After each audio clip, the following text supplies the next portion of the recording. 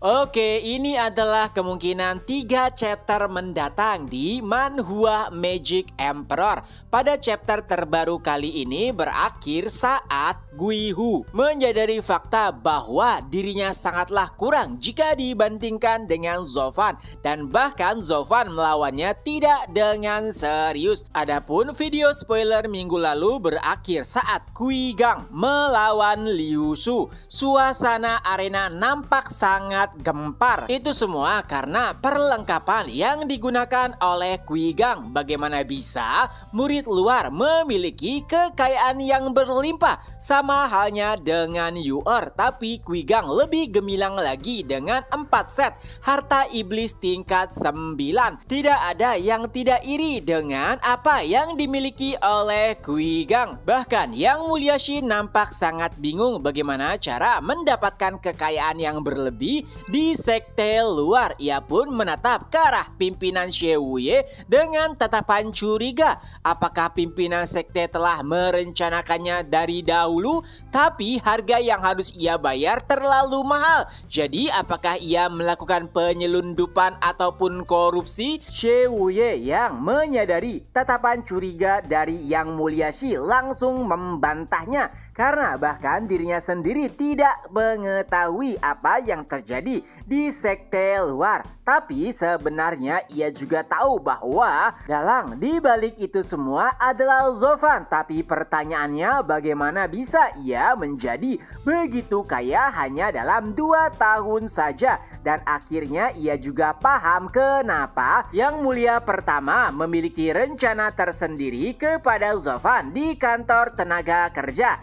Kini kita beralih ke arena. Qui Gang yang sangat percaya diri berkata kepada Liu Shu, "Senior, apakah kita harus memulainya?" Ya, ia menunggu persetujuan dari Liu Shu. Jika ia sudah setuju, maka Qui Gang akan langsung bergerak. Tapi sepertinya semangat berjuang Liu Shu sudah menghilang. Ia bahkan sampai melemparkan harta iblis tingkat 8 yang ada di tangannya, seolah-olah itu adalah sampah. Ya, Liu Shu mengundurkan diri dari pertarungan tersebut alias menyerah. Tentu saja awalnya Liu Shu sangat percaya diri, apalagi perbedaan kultivasi mereka dan juga senjata yang ia miliki. Tapi saat melihat perlengkapan dari Qui Gang, nampaknya ia tidak akan pernah bisa menang. Setelahnya, pimpinan sekte pun mengumumkan jika Qui Gang lah yang menang karena Liu Shu mengundurkan diri.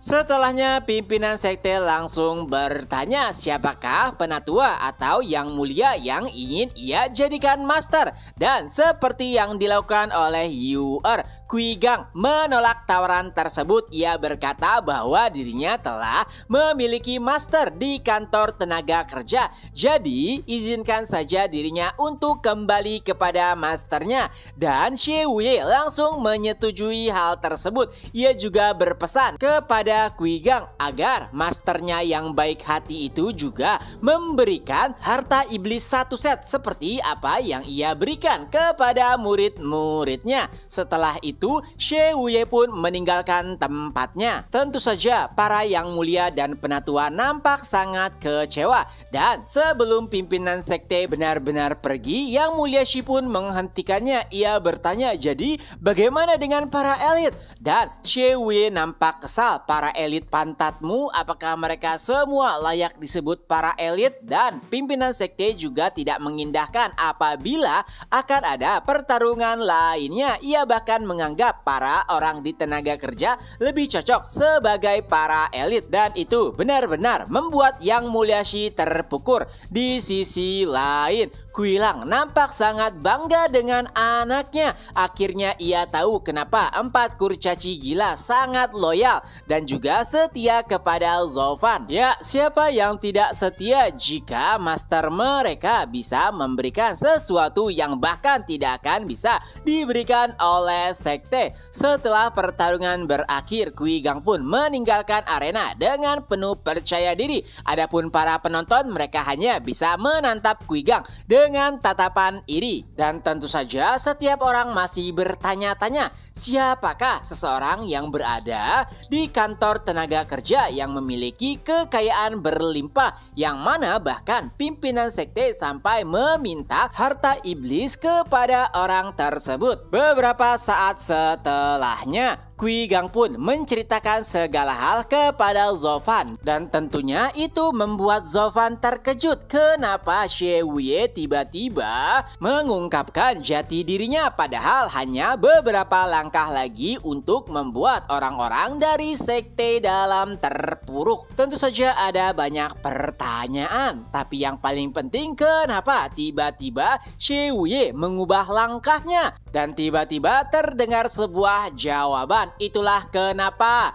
Apakah kau ingin membuat keluarga Luo lainnya? Ya, itu adalah suara pimpinan sekte Xie Wuye dengan bayangan tubuhnya. Qui Gang langsung bisa menyadari hal tersebut hanya dengan suaranya saja. Ia pun menunduk, tapi tidak dengan Zovan yang nampak sangat santai. Saat itu akhirnya ia pun paham kenapa ayahnya sangat bersikeras untuk menjadikan Zovan sebagai masternya. Bahkan ia tidak takut dengan pimpinan sekte. Oh ya, Qui Lang itu sebenarnya tidak menceritakan kekalahannya kepada Zovan karena menurutnya itu adalah hal yang memalukan. Jadi sampai saat ini Qui Gang tidak mengetahui bahwa ayahnya pernah menantang Zovan dan dikalahkan hanya dalam satu gerakan saja. Nah, karena akan ada perbincangan yang intens antara Zovan dengan pimpinan sekte, Xie Wuye pun memerintahkan Qui Gang untuk meninggalkan mereka. Dan terjadilah perbincangan. Pertama, Zovan bertanya-tanya,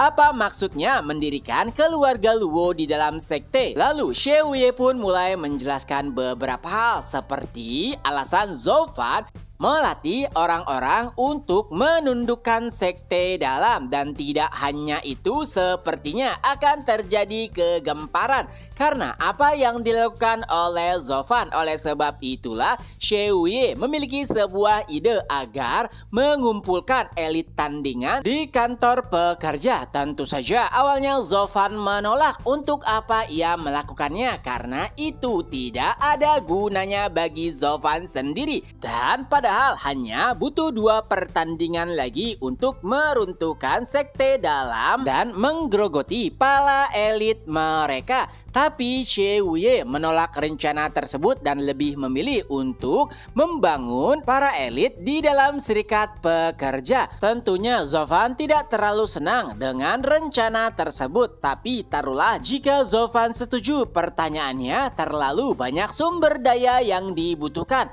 dan apakah sekte memilikinya? Ternyata Xie Wuye meminta agar Zovan mengeluarkan kekayaannya sendiri untuk sekte. Lagi pula dirinya saat ini adalah murid sekte Demonic Scheme. Pernyataan tersebut tentu saja membuat Zovan terkejut. Apa? Aku harus mengeluarkan kekayaanku sendiri untuk membesarkan orang-orang? Kenapa aku harus? Apakah kau benar-benar ingin membuatku miskin? Tapi Xie Wuye tidak peduli. Yang terpenting adalah Zovan harus menjalankan rencananya, dan jangan lupa pula untuk menyelesaikan permintaannya yang telah ia sampaikan kepada Qui Gang. Mendengar kata-kata Xie Wuye benar-benar membuat Zovan jengkel. Ia bahkan berjanji suatu saat nanti akan membalasnya. Beberapa saat setelahnya di kantor tenaga kerja, suasana nampak hening hingga semuanya berubah. Tak kala suara bel yang keras terdengar. Tentu saja itu membuat setiap orang terkejut. Yang biasanya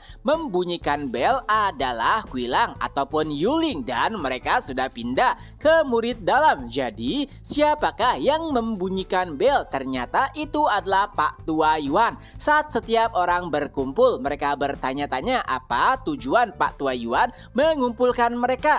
Lalu Pak Tua Yuan pun menjelaskan bahwa akan ada pimpinan baru di dalam serikat pekerja. Tentunya mereka berpikir apakah ada orang lainnya yang ditendang dari sekte dalam ke serikat pekerja? Ternyata tidak. Yang akan menjadi pimpinan mereka adalah sosok yang sangat mereka ketahui, yaitu Zovan, di mana kala itu ia telah mencapai ranah Tian Xuan tingkat 8. Nah, karena setiap orang telah berkumpul, Pak Tua Yuan pun mempersilahkan waktunya kepada Zovan.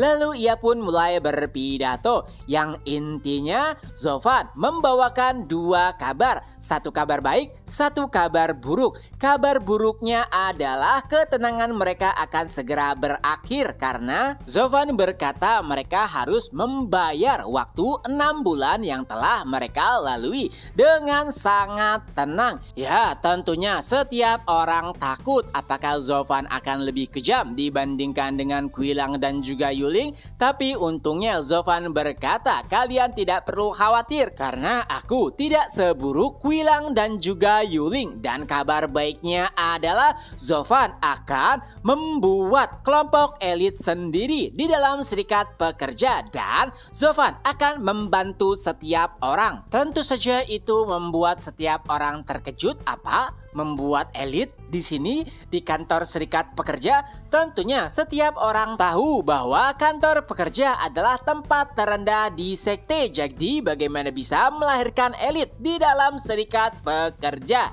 Kala itu tidak ada yang bisa mempercayai perkataan Zovan. Lalu Zovan pun mulai berpidato. Ia pun berkata, ya ini memang tempat terburuk di sekte dan tidak ada hukuman lainnya yang bisa kalian dapatkan di sini. Jadi kenapa kalian nampak ragu? Apakah kalian hanya ingin mati di sini? Zovan juga menyinggung keserakahan para penatua dan yang mulia yang mendiskreditkan kantor pekerja, bahkan dirinya yang tidak memiliki kesalahan apapun sampai dibuang di kantor pekerja. Pokoknya di sini Zovan mengompori orang-orang dari serikat pekerja dan menyalahkan para elit yang berada di sekte dalam. Quigang bahkan sampai kagum bagaimana cara masternya mengolah kata-kata untuk mempengaruhi setiap orang di serikat pekerja. Dan yang lebih penting, pimpinan sekte sepertinya tengah mendukung masternya, yaitu Zovan. Dan untungnya orang-orang dari serikat pekerja nampaknya sangat percaya dengan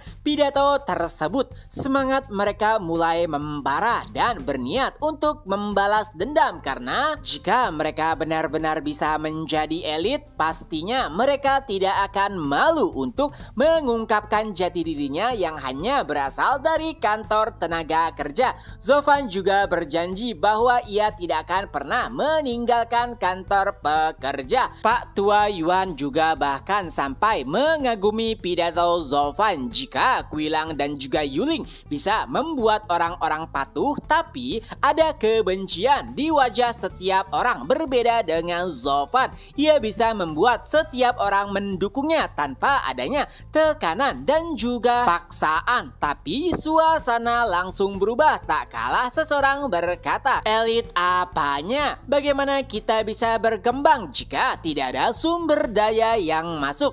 Ya, setiap orang di serikat pekerja tahu bahwa sekte tidak memberikan sumber daya apapun kepada serikat pekerja. Jadi mereka sampai kapanpun tidak akan bisa menandingi orang-orang yang berasal dari sekte dalam ataupun sekte luar karena mereka mendapatkan sumber daya langsung dari sekte. Mendengar kata-kata tersebut, nampaknya setiap orang akhirnya mulai sadar bahwa perkataannya semuanya benar dan apa yang disampaikan Zovan mungkin hanya angan-angan. Bagaimana bisa mereka melawan para elit dari sekte dalam tanpa adanya bantuan sumber daya? Zovan pun langsung melihat orang yang berbicara. Ya, ia adalah sosok yang berada di ranah puncak ranah Tianshuan, tapi masih jauh untuk bisa mencapai ranah visi dewa. Tapi pertanyaannya, siapakah pria itu? Zovan bahkan belum pernah melihatnya sebelumnya dan chapter pun berakhir. Nah, itulah kemungkinan apa yang akan terjadi untuk 3-4 chapter mendatang di Manhwa Magic Emperor. Semoga terhibur. Ketemu lagi di next video. Bye bye.